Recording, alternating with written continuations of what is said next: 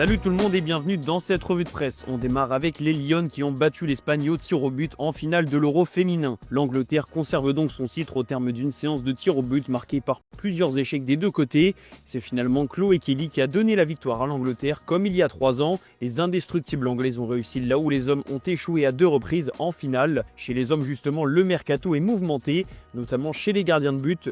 Lucas Chevalier est la cible numéro 1 du PSG et ça y est, Paris a passé la vitesse supérieure en faisant une première offre d'un peu moins de 40 millions d'euros selon l'équipe. Le LOSC se prépare à refuser la proposition. Les Dogs attendent au moins 40 millions mais surtout un remplaçant à l'international français. Justement, Lille prospecte. Plusieurs gardiens sont dans la shortlist, notamment Geoffrey Delange, le gardien remplaçant de l'OM, mais surtout Antonin Kinski qui est arrivé à Tottenham l'hiver dernier. À Marseille, on continue de galérer sur le dossier Timothy Weah. Hier, son agent a pris la parole et s'en est pris à l'un des dirigeants de la Juventus qui bloquerait le transfert de l'international américain. Je n'ai pas l'habitude de prendre la parole, mais ne pas le faire aujourd'hui serait accepter l'inacceptable et le manque de respect total. La classe ne s'achète pas pour un dirigeant, c'est sûr, mais elle a toujours fait partie de l'histoire de la Juventus de Turin. Une personne est en train de saper cela. En attendant, l'OM peut compter sur son centre de formation. Plusieurs jeunes se mettent en valeur pendant la préparation et ils ont beaucoup d'ambition, comme expliqué à la Provence. On a tous le même rêve, jouer la Ligue des Champions, a déclaré Robinho Vaz, sans dire long sur les objectifs des jeunes Olympiens. La Ligue des Champions, justement, le Stade Malherbe de Caen en est très loin. Le club qui appartient à Kylian Mbappé est descendu en national et va devoir tout faire pour retrouver la Ligue 2. Une mission périlleuse, même si les 7000 abonnés sont derrière le club. Le rôle de Kylian Mbappé, en revanche, est toujours aussi flou. Son statut a souvent pris le dessus sur le club, même s'il garde une certaine distance avec Caen.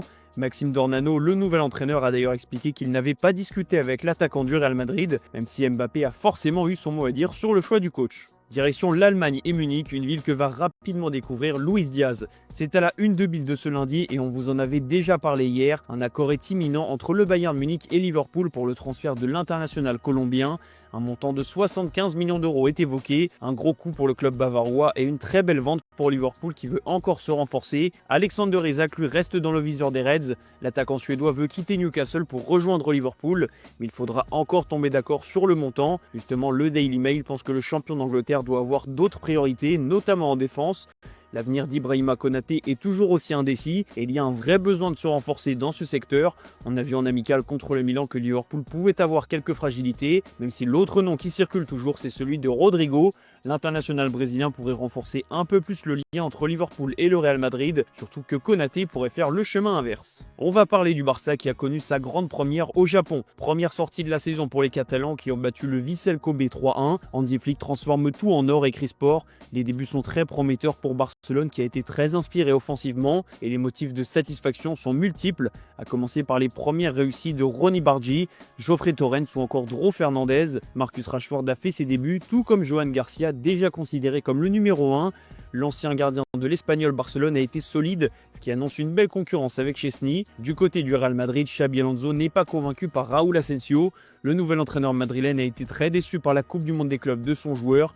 Entre son carton rouge et ses multiples erreurs, Asensio a été très loin du niveau montré en Liga et en Ligue des Champions, à tel point que Xabi Alonso voudrait le remplacer dans son 11 de départ, ce qui relance encore un peu plus la piste Ibrahima Konaté. Enfin, du côté de l'autre Madrid, l'Atlético, l'objectif numéro 1 s'appelle Enzo Millo. Pendant que le Real cible Rodri, le milieu offensif français de Stuttgart lui est dans le viseur des Colchoneros qui viennent de se séparer de Thomas Lemar et Samuel Lino. Au Portugal, maintenant que le départ de Victor Gyökeres est bouclé, le Sporting veut s'offrir Luis Suarez le plus vite possible. L'idée du club lisboète est de pouvoir compter sur l'ancien Marseillais pour la Super Coupe du Portugal qui aura lieu le 31 juillet.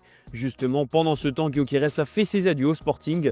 Il évoque les 2 plus belles saisons de sa carrière, preuve que le petit conflit lié à son transfert était surtout avec sa direction. Un mot sur João Félix, l'attaquant de Chelsea va finalement s'engager avec Al Nasser alors qu'il était à un pas d'un retour à Benfica. C'est un appel de Cristiano Ronaldo, mais surtout l'offre XXL du club saoudien qui aurait fait la différence. João Félix n'aurait d'ailleurs même pas expliqué sa décision à Bruno Lage. Un autre Portugais mais avec beaucoup plus de réussite, Bruno Fernandes. Double buteur en amical contre West Ham, le métronome de Manchester United a montré des automatismes avec Matheus Cunha, de quoi donner un peu d'espoir aux Red Devils. Douche froide en revanche pour Tottenham, Morgan Gibbs-White va bel et bien rester à Nottingham Forest cette saison, alors que tout semblait bouclé pour son transfert. On finit cette revue de presse en Italie, la Juventus veut boucler le prêt de Randal Kolo Muani le plus vite possible. La vieille dame négocie toujours avec le PSG qui ne veut pas céder son joueur aussi facilement, surtout vu le montant payé il y a 2 saisons. La première ligue reste en embuscade, même si la volonté de la Juventus et de Kolo Muani est la même, continuer l'aventure ensemble. Du côté de l'Inter Milan, Ademola Lookman devrait rapidement débarquer. Un accord est proche d'être trouvé entre les deux clubs pour un montant de 45 millions d'euros, un très joli coup pour le finaliste de la dernière Ligue des Champions. L'autre Milan progresse aussi, le retour de Massimiliano Allegri est intéressant pour le moment avec de l'intensité et un travail tactique déjà payant, en témoigne la victoire en amical contre Liverpool. C'est la fin de cette revue de presse les amis, merci de l'avoir suivi et on se donne rendez-vous en fin d'après-midi pour le JT Foot Mercato.